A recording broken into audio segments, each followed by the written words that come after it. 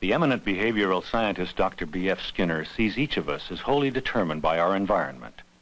Through evolution, the environment selected the behaviors that survive in our genes, and the social and physical environment shapes each of us in daily life.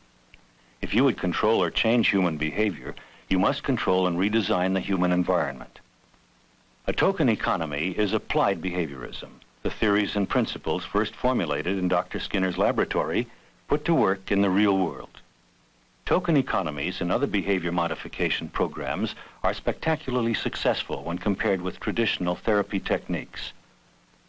However, Dr. Skinner's critics claim that such controlled environments are manipulative and tend to treat symptoms instead of solving human problems.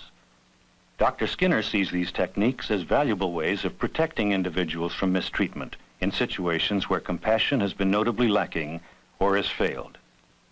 There are 5 great classical examples of mistreatment: the care of old people, old folks' homes, the care of small children who have been deserted by their parents, orphans and that sort of thing, prisoners, psychotics, and retardates.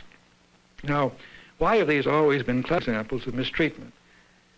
Not because passionate people were not involved there, but these people cannot counter-control. They can't do anything against those who were working with them. Old people are too old, children are too small and too little. Prisoners are there under armed control, and they haven't, unless they manage to get some guns somewhere.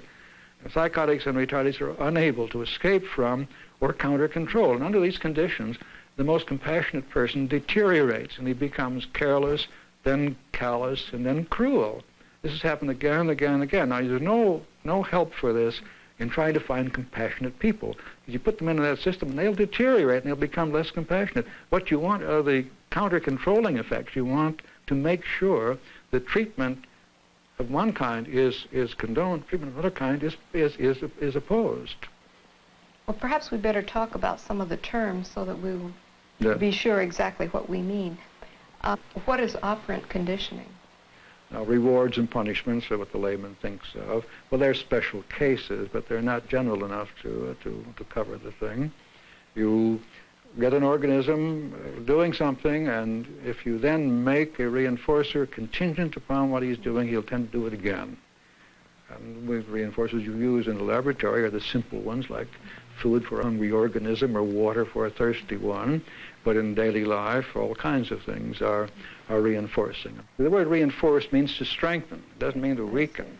And a positive reinforcer strengthens when you present it, contingent upon behavior.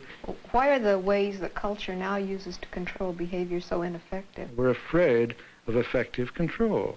What will be done with this power? So we go right on teaching in the most inefficient ways. This leaves it up to the individual to learn in spite of bad teaching. Well, I'm absolutely sure I could go into a school system in a big city if I had the chance.